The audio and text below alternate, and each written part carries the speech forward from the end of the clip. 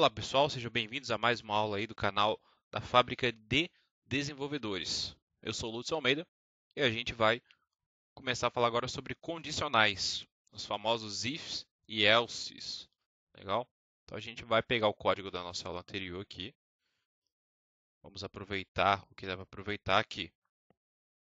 Bom, a primeira coisa que a gente vai ter que fazer, como sempre, é emular o nosso servidor PHP, tá? Que eu vou dar um Ctrl C aqui, que já estava feito, né? Já estava emulado o servidor. Lembrando de entrar no local correto, www.estudophp. E aqui tá, a gente startou o nosso servidor PHP, que é o nosso built-in server do PHP 5. Então entra aqui localhost 8080 e ele é para abrir o nosso index, está aí. Ele deu um eco na variável 2, que eu apaguei aqui e não salvei. Legal? E a gente vai trabalhar agora com condicionais if e else. O que é muito importante na hora de trabalhar com programação é você entender essa parte de if e else. De se e se não, tá? Então eu vou escrever aqui para facilitar um pouquinho. Opa. If se não. Bom, a primeira coisa que a gente vai fazer aqui. Eu quero executar uma ação caso a minha variável v1 for maior do que a v2. Então vamos escrever a condição aqui, ó. Essa é a sintaxe. If, opa, se v1 for maior do que a variável v2, então vou fazer o quê? Vou dizer que é maior. Sim, v1 é maior do que V2, correto? Bom, a gente sabe que V1 é 20 e V2 é 3. Então, 20 é maior do que 3. A gente sabe disso. Então, aqui vai retornar para a gente o quê?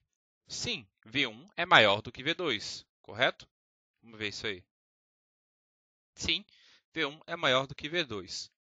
Porém, eu tenho como verificar, colocar dentro da minha verificação aqui de condições, se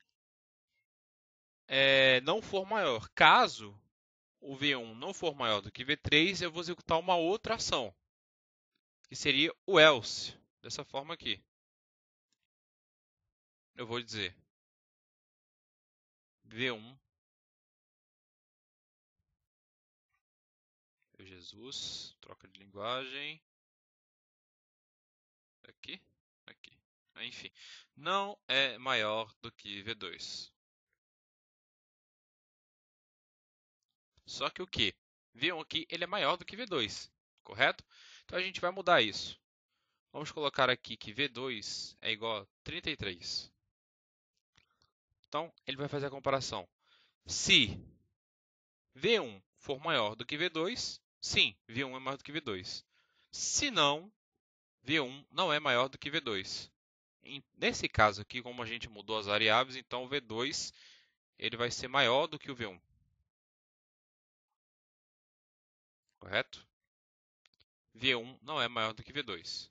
Então ele caiu, deixa eu tirar isso aqui, ele caiu na condição aqui de baixo, legal?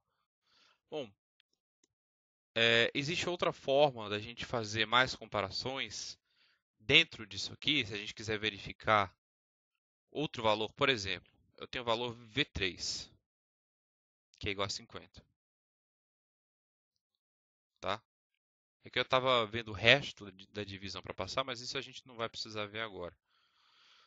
Bom, eu quero verificar aqui, dentro dessa mesma verificação de condicional, se V1 for maior do que V3.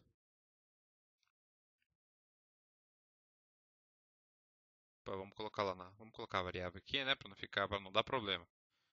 Se V1 for maior do que V3, então eu vou dizer V1 é maior do que V3.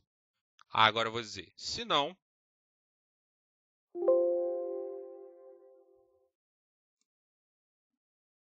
Aí a gente volta pro V1 é o menor dos valores. Ah, por que que V1 é o menor dos valores? Porque a primeira verificação é V1 maior do que V2, correto? Sim, V1 é maior do que V2. Se ela não entrar nessa verificação, então eu vou entrar aonde o V1 é maior do que V3, correto? Correto. V1 é maior do que V3. Então aqui, se não entrar na verificação de que V1 é maior do que V2 e V1 não for maior do que V3, então V1 é menor, é o menor dos valores, correto? Mas o que que acontece? Como essa verificação aqui está errada, porque V1 a gente sabe que V1 é 20 e V2 é 33, ela vai passar para a segunda. A segunda verificação, V1 maior do que V3, só que V1 aqui é 20 e V3 é 50. Então ela vai cair aonde? É para cair na nossa última verificação, que é V1 é o menor dos valores. Vamos ver? Ctrl F5, acho que eu não dei eco, né? Eu fui um pouco esperto aqui, né, my friends? Meus friends. Aí, pronto. V1 é o menor dos valores. Agora vamos mudar aqui a verificação. V1 menor do que V2. O que que acontece quando eu tenho três verificações aqui? Ele vai parar aonde ele encontrar. Porque não tem sentido ele continuar buscando validações aqui, sendo que ele já encontrou na primeira, correto? Sim, V1 é maior do que V2. Então ele encontrou que V1, só que aqui no caso V1 é menor, tá? Senão eu vou confundir a cabeça de vocês.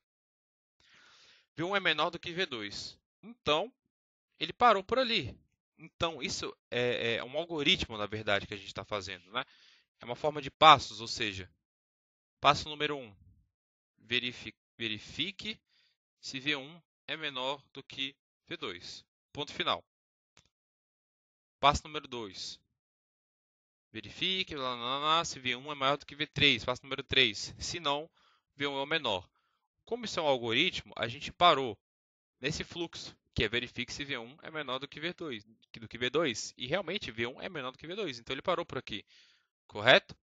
Mas, por exemplo, se a gente estivesse entrando com uma entrada de onde você pode digitar, onde o usuário vai digitar um valor, e você tem que fazer essas verificações para não deixar o usuário sair disso. Então você precisaria configurar passo a passo aqui, else, else if, else. Você pode colocar outros else if, mas não fica legal. Tá? No máximo é legal de trabalhar com if, else if e else. O ideal mesmo é if e else. É você ter uma condição para sim e uma condição para não. Mas se for o caso, utilizar as três pode ser utilizado, mas não utilize mais do que isso. Legal? Então, é isso aí. A gente falou um pouquinho aqui agora do if, do else, como funciona um pouco o laço de condição, né? E a gente vai começar a ver agora os loopings, né? A gente vai começar a ver o while, o for e o for each, que são ferramentas legais do PHP da gente poder percorrer, fazer um loop, né? E eu vou explicar isso na próxima aula. Valeu, galera. Aquele abraço e até a próxima.